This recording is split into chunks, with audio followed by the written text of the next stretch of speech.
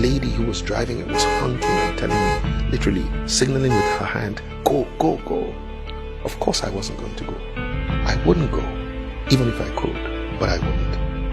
And finally, when the light turned green and we turned onto another major intersection, this lady drove up behind me and she started to frantically, she wound down her glass, said to me in a language that I understand, Yoruba, "Uri owe, uri owe, uri owe."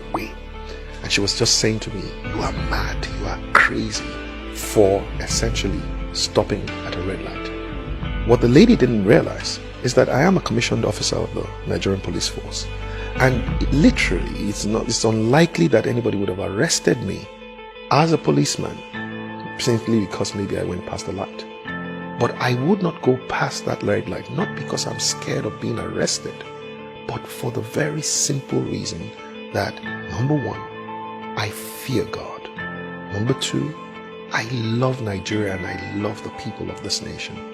Number three, this is the most important one, I do have a respect for the law. That respect for the law is a respect that I have chosen to give the law because of my values.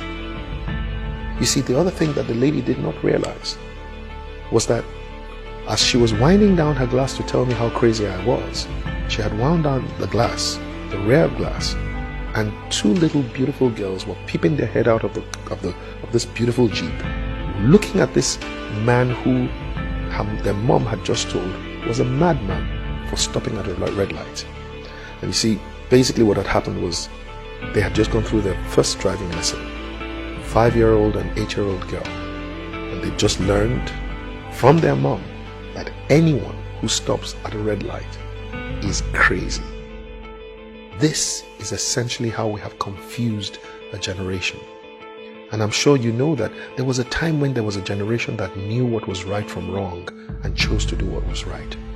And somehow they passed on the wrong signal to the next generation.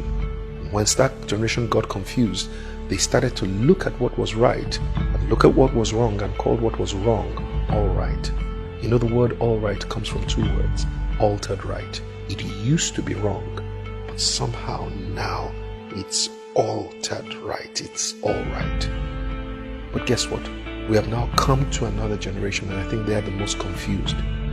This is the generation that begins to think that what is wrong is right and what is right is wrong. And so we have to go to a place where we restore not only our values, but we put it back, the right values, into the consciousness of our people. And the only way we can do so is each of us, especially you and I, choosing to be the ABCD of our values. In other words, first we have to be the advocates of our values. We have to be the proponents of these values. We have to go out and literally on behalf of the values tell people what we stand for. My great mentor, Dr. Christopher Kolade, said, it's not enough for you to stand for what is right. You must let people know what you stand for. But then, apart from being an advocate, we have to become believers and behavers of our values. In other words, don't just say what you believe, behave in accordance with your beliefs. And then there is C, be a champion for your values. Choose to make and convince other people what it is that you stand for. And the last one, be a defender for your values. You know, you have to defend your values. Every time your values are violated, stand up for your values. You're standing on a queue and somebody else wants to go past that queue, say something. Don't just say Nigerians.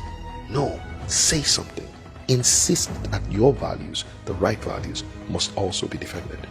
And this is how we will put the right values back into the consciousness of our nation.